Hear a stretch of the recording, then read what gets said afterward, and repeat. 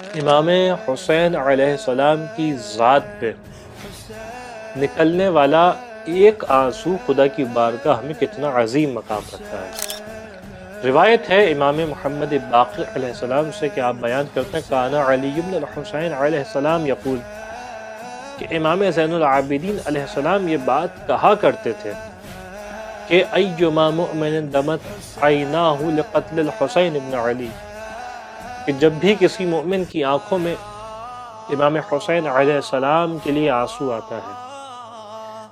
ایک آنسو آتا ہے، حتی تصیل علی خدہ، کہ یہاں تک یہ آنسو بہتا ہوا اس کے رخساروں تک آتا ہے، بوّہ اللہ بما فی الجنت غرفا یسکنوہا احکاما، خداوند متعال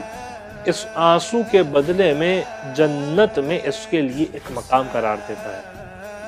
کہ جس میں یہ ہمیشہ رہے گا۔ یہ کس بات کا بدلہ ہے کہ یہ آنسو اس کے آنکھوں سے نکلا۔ پھر امام علیہ السلام بیان کرتے ہیں کہ اب دائرے کو مزید وسیع کیا، یہ تو امام حسین کی گریے کی بات تھی،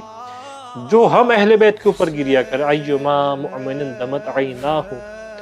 حتی تصیل علی خدہ فینا لعظن مسنا من عدونا فی الدنیا،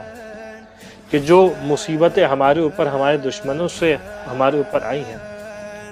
ان مصیبتوں کے سبب سے، ان مصیبتوں پر رنجیدہ ہوتے ہوئے جب بھی کوئی مومن ہمارے اوپر آنسو کو بہاتا ہے کہ یہاں تک یہ آنسو بہتا ہوا اس کے رخسار تک آ جاتا ہے، اس کا کتنا اجر ہے۔ امام بیان کرتے ہیں کہ بوّہ اللہ بہا فی الجنت مبوع صدق، خداوند متعال جنت میں اس کو سچوں والا مقام عطا کرتا ہے، ایک سچا مقام ہے جو عطا ہوتا ہے۔ پھر امام علیہ السلام نے بیان کیا کہ ایما مؤمن مسہ عذن فینا فدمعت عیناہ حتی لا تصیل خدہ، کہ جب بھی کسی مومن کو اذیت پہنچتی ہے، اس بات کو جان کے کہ جو اذیت ہمیں پہنچی اس وجہ سے اس کو اذیت پہنچتی ہے، اس کا دل رنجیدہ ہوتا ہے، یہاں تک کہ اس کی آنکھوں سے آنسو جاری ہوتا ہے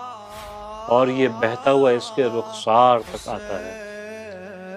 من مزازۃ ما اوذی فینا، ان مصیبتوں کے سبب سے کہ جو مصیبتیں ہمیں پہنچائی گئیں، صرف اللہ عن وجہ العدا، خداوند متعال اس کے چہرے سے پریشانیوں کو دور کر دیتا ہے۔ وآمنہ یوم القیامۃ من سخطہ والنار، اور خداوند متعال قیامت کے دن اس کو آتش جہنم سے اور اپنے عذاب سے امان عطا فرماتا ہے۔